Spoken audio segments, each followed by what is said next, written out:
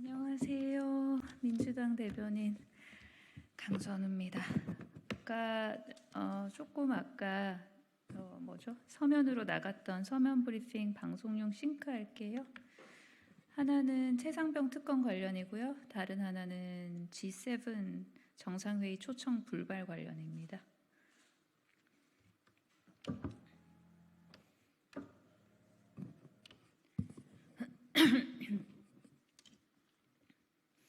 하면 될까요? 예, 할게요. 윤석열 대통령과 국민의힘은 국민의 준엄한 명령인 최상병 특검법을 즉각 수용하십시오. 순직 해병 수사외압 의혹이 대한민국을 집어삼킨 지 9개월째입니다. 우리 국민께서는 국민의 희생을 대하는 윤석열 대통령의 본심을 다 지켜보셨습니다. 사람 목숨을 하찮게 대하는 국가에 대한 분노가 집약돼 표출된 것이 바로 이번 총선의 결과입니다.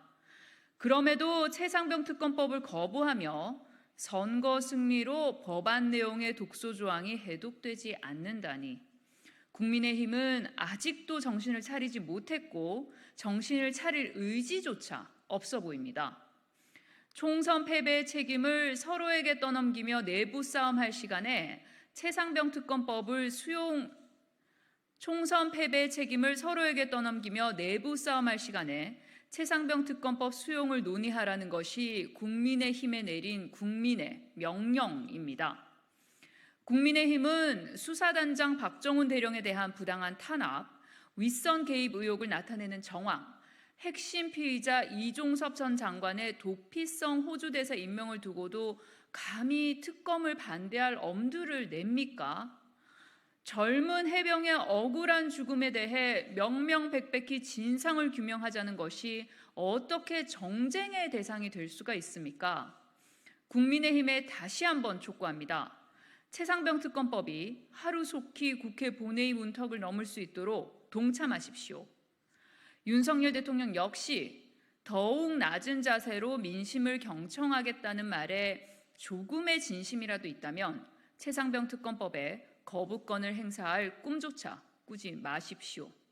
더불어민주당은 국민의 준엄한 명령인 최상병 특검법을 21대 국회 내에 반드시 통과시킬 수 있도록 모든 역량을 총동원하겠습니다. 두 번째 싱크입니다. 이탈리아 G7 정상회의 초청 불발, 윤석열 정부는 편향적 외교안보 정책을 버리고 국익 중심 실용 외교로 정책 기조를 전환하십시오. 언론에 따르면 우리나라는 6월 이탈리아에서 열리는 주요 7개국 G7 정상회의 초청국 명단에 포함되지 않는다고 알려졌습니다. 글로벌 중추국가의 기치를 내걸고 국제적 위상을 강화하겠다던 윤석열 정부의 G7 플러스 외교가 참 무색해졌습니다. 대중관계를 희생하면서까지 미일을 비롯한 서방 국가와의 연대를 강화해왔음에도 이런 결과라니 참담할 지경입니다. 아직 의장국인 이탈리아의 공식 발표는 없었다며 올해 이탈리아는 국내 정치와 연계해 초청 대상국을 선정하는 것으로 알고 있어 7개국 협력 강화 여부를 보여주는 변수라고 보지 않는다는 대통령실 관계자의 발언이 더욱 문제입니다. G7 정상회의가 개최국 이탈리아의 국내 정치와 관련된 이슈들만 다루는 자리입니까? 궁색한 변명과 어설픈 핑계로 외교 실패를 덮으려는 시도에 기가 막힐 노릇입니다.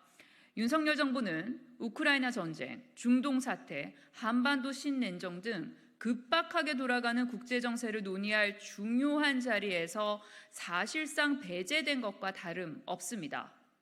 일각에서는 윤석열 정부의 편향적인 외교안보 정책이 오히려 코리아 리스크를 더욱 키우고 있다는 우려까지 나오고 있습니다.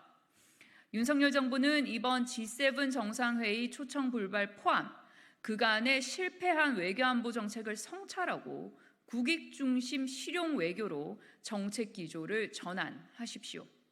이상입니다. 수고하세요.